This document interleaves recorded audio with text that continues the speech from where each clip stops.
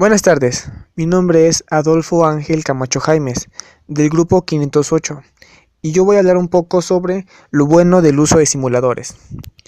Como primer punto, tenemos que los simuladores son un recurso digital para la transferencia de conocimiento.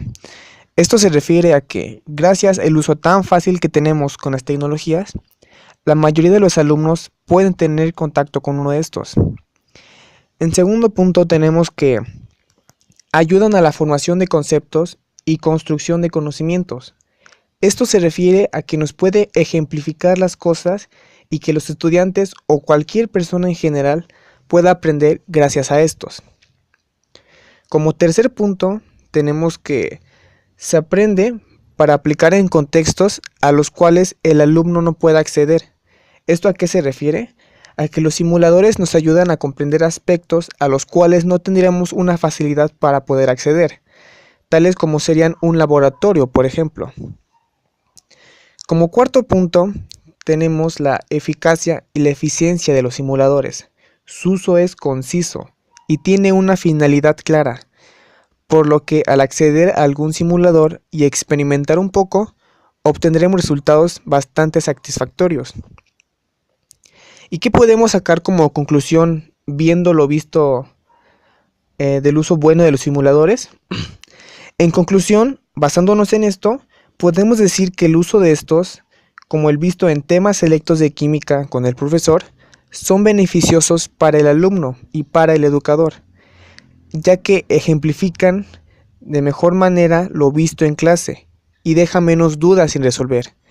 Además de que estos, al investigarles un poco y trabajar un poco con ellos, su uso se hace demasiado fácil.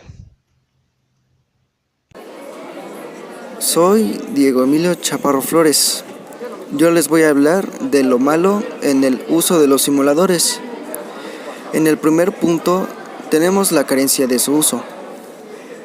El problema es que su uso no es muy habitual y no hay lugares en los que nos puedan enseñar a usarlo correctamente, además de la falta de interés en los alumnos para estas herramientas digitales.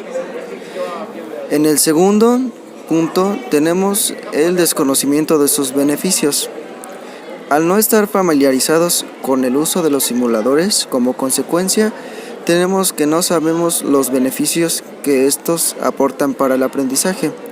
Esto quiere decir que muchas veces los alumnos no están informados sobre las características de los simuladores, pero este punto solo incluye a los alumnos.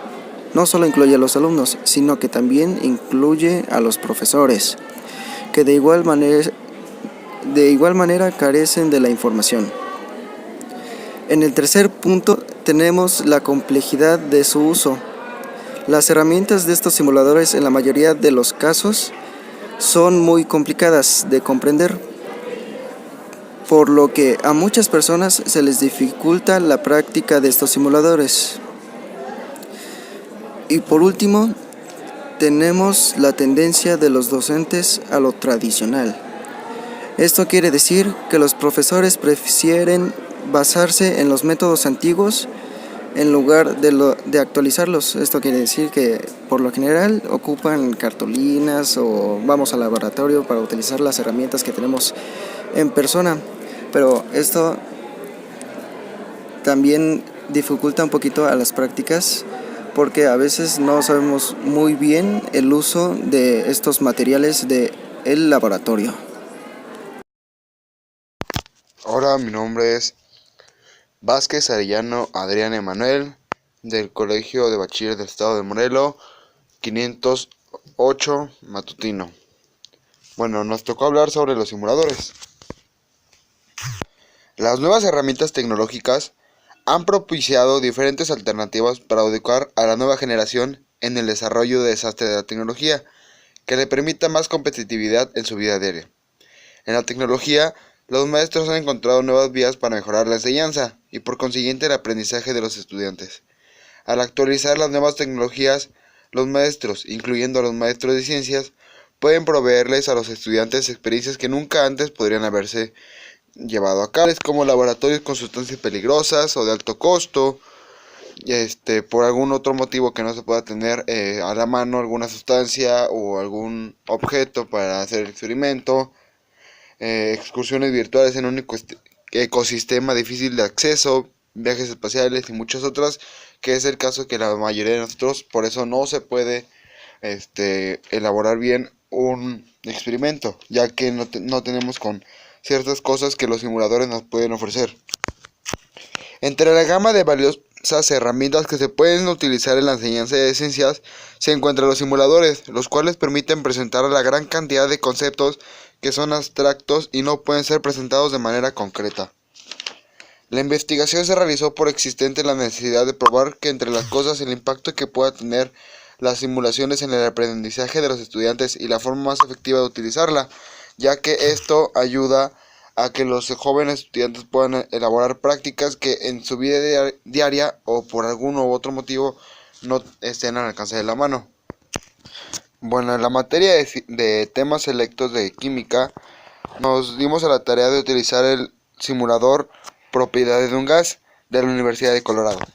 En este simulador nos permite bombear moléculas de un gas en una caja y observar lo que sucede a medida que cambiamos el volumen, añadimos o eliminamos calor, cambiamos la gravedad, entre otras cosas que se pueden hacer y que se puede denominar la presión como un pequeño buzo que aprieta la caja o la hace más grande.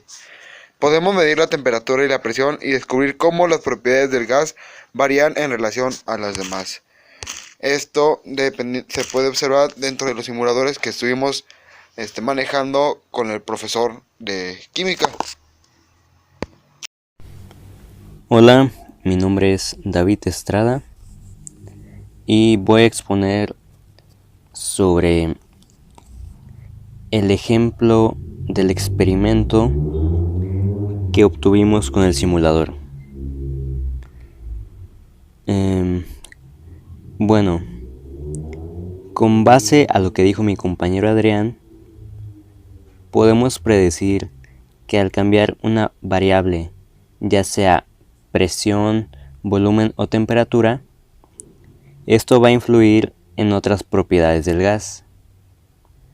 Y también podemos decir que los cambios de temperatura afectarán de manera directa a la velocidad de las moléculas y por consecuencia a la presión. En el experimento ejecutado, colocamos 250 partículas de gas pesado dentro de un contenedor de un volumen de 26.5 nanómetros cúbicos. Este volumen permanecerá constante durante todo el experimento, pero no así la temperatura y la presión, dando la temperatura inicial como 300 grados Kelvin y la presión inicial como 1.50 atmósferas. Al modificar estas dos variables, obtuvimos que la temperatura final es de 1202 grados Kelvin y la presión final es igual a 6.01 atmósferas. Al graficar todo esto, obtenemos una función isocórica, por lo que la presión es directamente proporcional a la temperatura, siempre y cuando el volumen sea constante. Esto no es nada más y nada menos que la ley de Guy-Lussac, la cual establece que la presión de un volumen fijo de un gas es directamente proporcional a su temperatura. Esto quiere decir que si el volumen de cierta cantidad de un gas a presión moderada se mantiene constante, el cociente entre la presión y la temperatura permanecerá constante igualmente. Con esto obtenemos la fórmula que dice que la presión inicial sobre la temperatura inicial es igual a la presión final sobre la temperatura final. Al sustituir esta fórmula con nuestros datos obtenidos, tenemos que 1.50 atmósferas sobre 300 grados Kelvin es igual a 6.01 atmósferas sobre 1202 grados Kelvin, lo que nos da que 0.005 es igual a 0.005, con lo cual podemos concluir que el simulador sigue esta ley. Esto sería todo de mi parte y les agradezco que continúen viendo el video. Buenos días, mi nombre es Osvaldo Mirafuentes Nogués y voy a dar las conclusiones de nuestro proyecto. En el orden de las consideraciones analizadas y el contraste de las hipótesis, se observó claramente que el conocimiento adquirido por los profesores durante su pregrado, maestría y doctorado sí tiene influencia en la utilización de los simuladores como estrategia pedagógica. Se pudo apreciar que los profesores tienden a ser más tradicionalistas.